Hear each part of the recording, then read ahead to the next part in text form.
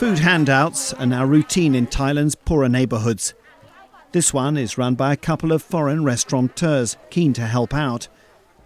Most of these people are casual labourers or street sellers whose incomes have been wiped out by Covid lockdowns. Some are now heavily in debt. But they also worry about what might happen to them if the government reopens too soon. Even if they open up, I'm afraid it won't get better for people like us. We may be able to sell stuff, but at the same time, I'm afraid of catching COVID. With the little money we have, if I caught COVID, I'd be in trouble, and so would my entire family.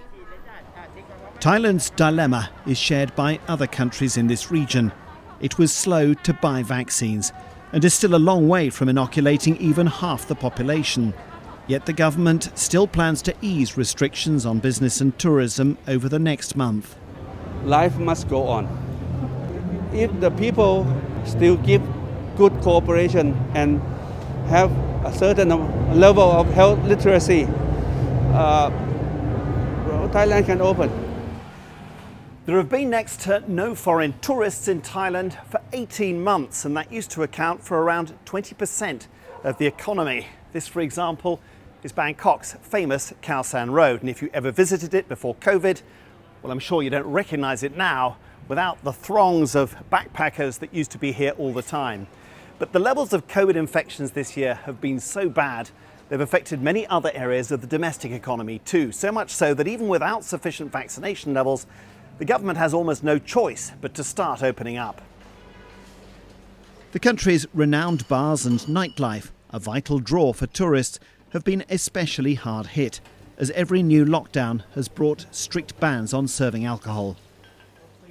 But even as Nick's Anaman Ratchadon prepares his bar for a possible reopening, the government still hasn't confirmed that he'll be allowed to do this. I mean, Bangkok is a 24-hour city, but 2021 alone, we've been operating for only 5 to 6 weeks. It will be difficult for us to reopen with the same amount of bars or restaurant as before. I mean, some of the bars are closing down anyway. Angry street protests have resumed in Bangkok in recent months. Many Thais feel their government has badly mishandled Covid this year, forced to impose debilitating lockdowns and now forced to reopen before the population is fully protected. Jonathan Head, BBC News, Bangkok.